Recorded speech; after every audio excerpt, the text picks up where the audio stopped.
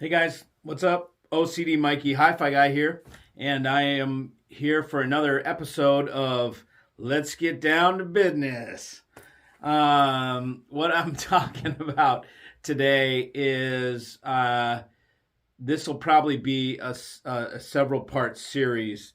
Um, let's call it Getting to the Bottom of Servers. Okay, let's take this server thing and let's really dig in. I've kind of avoided it because servers are boring to me. And it's a computer, yifty doo dah. And it all this thing does is spits out a digital bit stream of music for your DAC. Okay, so it's simply something that spits out a digital bit stream. Okay. How crazy can we get with that? A computer spits out digital bit streams. So, how nutty can we really get there?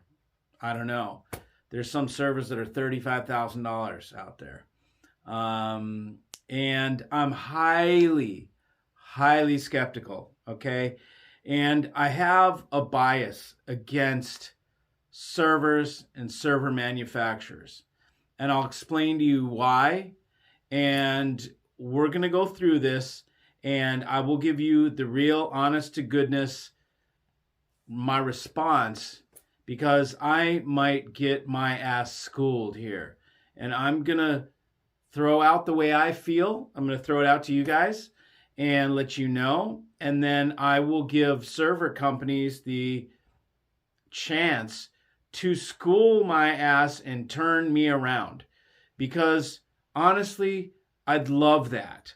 I would love to value servers as an extremely important part of the rig. At this point, my home build with the JCAT output card and a JCAT power supply is killer. And I have a hard time believing that if I spend $17,500 or $35,000 that I'm going to get much better. I'm sure it's a little better, but I just don't think it's going to be like the difference between a regular DAC and a Playback Designs DAC. When I took the step and bought a Playback Designs, the difference was freaking night and day. It was a completely different world. I don't think a server has the capability to make my digital sound a completely different world. Now, those are some pretty big words because I'm not basing them on any knowledge. This is just my hunch. I just doubt them. And I'll tell you, like I said, I'll tell you a little bit more about my bias. And it has to do like this. When I came, I've been doing this as a living. I've been selling hi-fi for 22 years now and designing cables, selling hi-fi, and going to shows and listening to all the rooms and all this kind of stuff. And around what maybe 10 years ago or something like that, computers started to become popular. First people were bringing their laptops, and you started to see laptops at every show. And people were playing from their laptops, okay? Well, quickly we realized, a laptop probably isn't going to have the best output. There's probably a better way to do this. Let's put a dedicated computer with a Linux-based system. The reason I say Linux-based is when you have a Windows-based system and you have a Mac OS, it doesn't take a genius to understand those are desktop OSs. Those are word processing OSs. They're made for desktop computers. They have a ton of stuff going on in the background. They report back to the mothership. They have all these threads running, all sorts of crap that runs behind the scenes that you don't even know what's happening, and it's doing it on its own, and it has nothing to do with music or spitting out a music data bit stream. When you have a Linux purpose-built box that has only the duty of making a digital bit stream, and the only software that's on there is music software, ripping software, playback, finding the metadata, whatever, anything related only to music, and there's not all the Windows updates or the Mac updates or all that other BS. I find it's much simpler, and it makes a lot more sense to my untrained mind to have a complete music-based OS. There's a handful of them, and you get a Linux box and you load that image onto there, and what do they call them again? Distro. You put that distro onto your box, and it kicks ass. Roon is probably the most popular, okay? I don't like Roon the company, okay? I'll tell you why. Roon came on the scene. They were hard and heavy right off the cuff. They were the most comprehensive.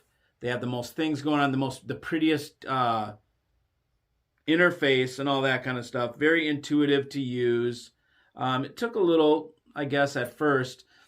It initially pissed me off. Roon pissed me off initially when they started to bloat their software.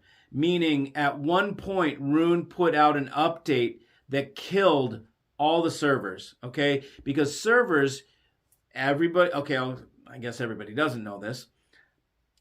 A server with a small CPU are the ones that sound the best because the CPUs don't make a bunch of noise. The ones that run at super high frequencies and make a bunch of noise, you have to put those somewhere else now. The ones that make a bunch of noise, you don't want them in the playback chain. You want them somewhere else. But back in the day, the software, and still, if you get a simplified software that's not Roon, maybe Volumio, or I don't even know. There's other ones. There's Squeezebox. I'm not even well versed with all the different ones, but believe me, there's a ton of them out there. They're light, okay? That means you can run them using a very small processor, which is quiet, and they sound good that way. There was one point when Roon's update included all the DSP and crap that they put on there. It became too heavy software for those small CPUs to run. So everybody's a server that was sounding killer and could both be the core and the playback device, you could run them on one small CPU, and it was great, and they sounded terrific, and they were in one box. Well, one day, Roon did an update, and all of a sudden, you couldn't run Roon because your CPU was too small. And you had to upgrade. And people that had spent $8,000, some more, but I think the top players at that time were about $8 or $10,000, and the top servers, and everybody's became useless overnight. Now it's only going to work as a playback device. It's not going to work as a core anymore. Now you have to use something else as a core, and you can only use that piece as a streamer. So all of a sudden, people had $8,000, $10,000 streamers that was forced if they were going to use Roon. They just killed everybody's, and these are companies that trusted Roon, that gave Roon money and so forth. Now Roon just torches all these people's servers that have sold, all these companies that have sold servers. And then they start to do this proprietary RAT, whatever the hell it is, protocol. And I don't even know if protocol is the right word, but whatever it is, it's proprietary crap that if you make a server, you have to make it work with that. If you make now a DAC that you want Roon compliant, okay, you have to give them a DAC. Say, here's one for you guys to do whatever you want with. You have to give it to them. You have to give them a server. Give it to them, okay? And then what did they do? They went and made their own servers. All of a sudden now there's Roon servers that are out, and so they compete with everybody. They just sold everybody a bill of goods. All these companies had to pay Roon, give them a free thing, jump through all the hoops to be RAT compliant or whatever the hell, and then they give them the fist and go ahead and make servers to compete with the people they just sold them to. So Roon is a shrewd corporate entity that is just cutthroat, nasty. The worst hate about corporations. Man, screw these guys, man. They're money hungry, greedy. That's how I see them. Maybe I'm wrong. That's my opinion for whatever it's worth. And my opinion is just for entertainment for you guys, okay? What do I know? I don't know anything. I'm just another jackass with an opinion, okay? So I don't like Roon. I would love to not use Roon, but Roon is what I know. I will teach myself a new software. I will tell you guys about it when I find the one that sounds better. From what I hear, there are ones that sound better. And I will find, I will give you my word, I will go through this now and I will research this and I will find what's up with all these servers because I've blown them off for like the last 5 years because I've had a kick-ass build my own computer. I made my own Linux computer based on what I saw the other companies doing. Now I'll get back to what I saw. 10 years ago, these server guys come into the business. These are not hi-fi guys, okay? These are computer guys.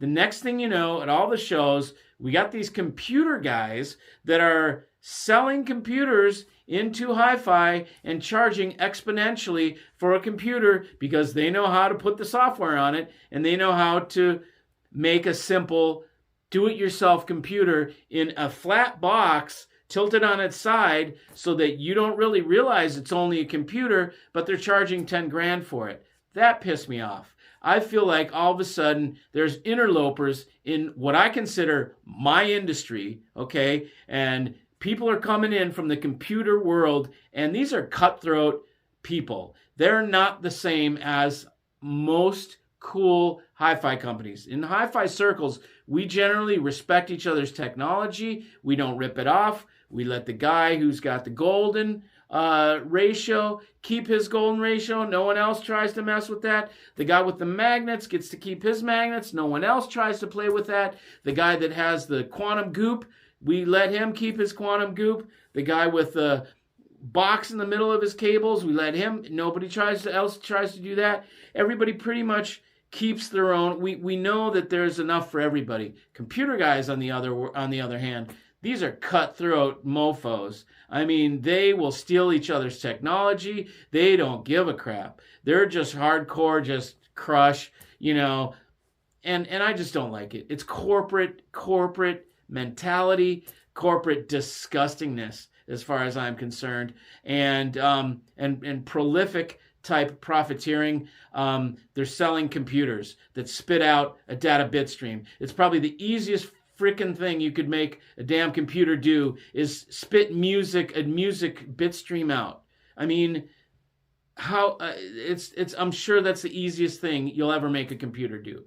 So I'm skeptical about companies that make servers. I'm skeptical about servers. Okay, I just don't trust it. Okay, so I am opening this up now, and I'm going to start my process of trying things out to determine where we are with this all. I hope and I pray that I get schooled. I want to be proven wrong. I want to find a server that blows my mind, that makes me say, holy crap, this is a really good computer. Like, this is one that I would pay a lot of money for, okay? I still haven't reached that. I find little ones that are Raspberry Pi based that sound so close to the expensive ones that it's like, do I miss the expensive one when it's not in there?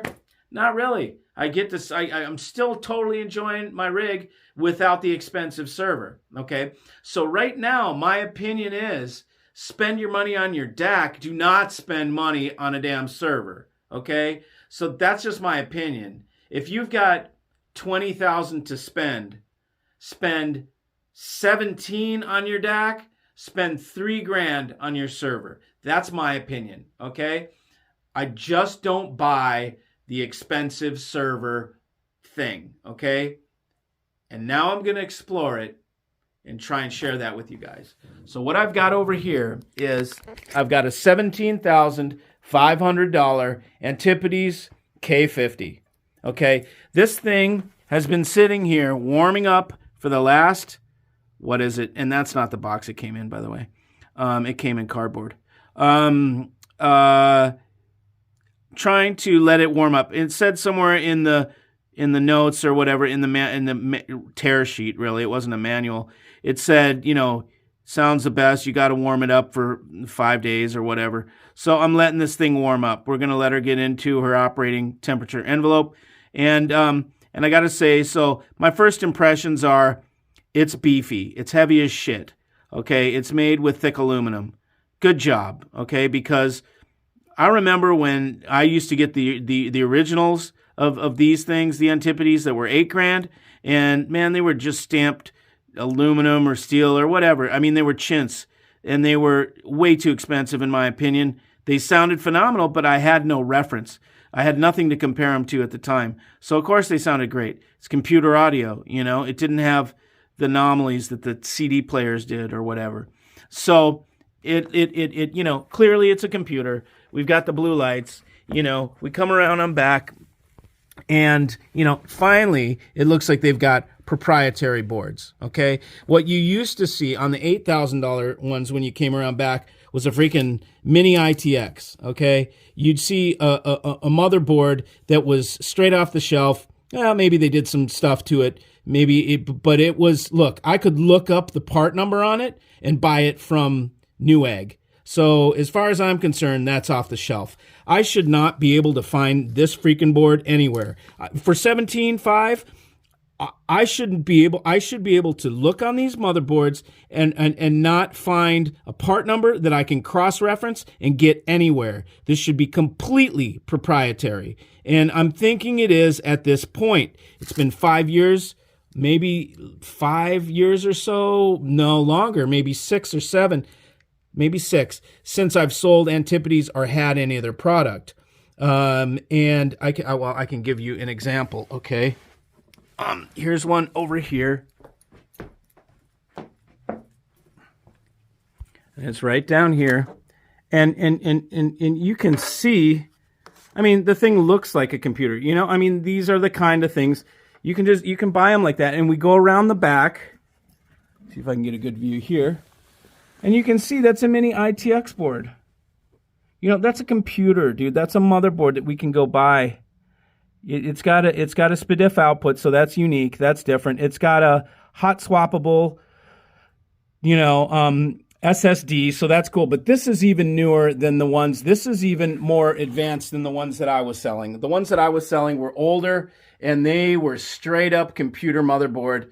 There was not even a SPDIF on the back. This thing is far advanced. This is what you do when you sell a lot of pieces. You start to be able to capitalize more, and you start to make heavier, thicker aluminum, and you start to personalize it a little bit more, so it's not so generic like the old ones were. And so this is a pretty impressive piece. It's extremely heavy. I swear to God, it's like heavy as an amplifier. So there must be either a chunk of metal plates. Obviously, these are thick aluminum. Maybe there's a big transformer. There's something heavy in there, and we'll probably open it up and look around. But not yet. What I want to do is listen. We've got 3 bays right here for SSDs that we could plug right in. We've got some outputs. We've got a word clock output, which is pretty interesting. So that is so that you can clock down to your DAC, you know, from the server. So that's not that special unless they have a special clocking method that is different. But we could plug any clock into our DAC if our DAC has a word clock input. But what I always ask myself is, if a DAC has a clock worth of crap, why does it have a word clock input? Okay, if it's being used in the studio, I get it. You've got to match your DAC with all your outboard gear. All of the stuff has to be synchronized correctly, because you've got 5 different pieces of outboard gear. You're making recordings. You need it all to sync up. But when you've got one DAC and one piece feeding it, to have a word clock output on the server itself is telling you your DAC doesn't have a good enough clock, and we think we need to add one on our server because we think your DAC isn't as good as our clock. We think your clock sucks in your DAC, and we're going to do it differently. So we'll test that theory. The the best players, at least the players that I have, are not meant for the recording studio, so they don't have clock inputs. However, I do have one DAC up there made by Stello, and that piece has a word clock input. So I'm guessing the clock in there probably isn't that great because they've got a word clock input. So they're telling you, look, I've got an accommodation to improve me. Please add an outboard clock. My Playback Designs there's no input for clock. There's no input for clock on that Meitner. There's no input for clock on my other kick-ass brands, like the Rock No Wave Dream Signature. They just don't have that because they have a kick-ass clock on board. So why do we need the server to give it to us? But we'll try this out. And I'll bet you it makes that DAC sound better because they put the thing on it. So that's like, to me, that's a sign. If you have the input on your DAC for clock, it means we didn't really give it the best clock. So please make it better with your own. So this is the first installment. We're going to start with the $17,500 Antipodes K50. And let's see what this thing's all about. We'll compare it to what I have over there. We can compare it to the Antipodes that I have up over there, and we'll do some comparison, and I will compare, and I'll let you know. But I'm about ready to go digging into this server thing because it's been 5 years now, and they were not impressive before. They were just glorified computers in special boxes, and now it finally looks like we've got some proprietary boards that aren't just off-the-shelf Newegg type stuff. This looks like finally we're getting somewhere. Okay, so I'm going to try this out, and I will be back and let you guys know what I find out. So I will see you.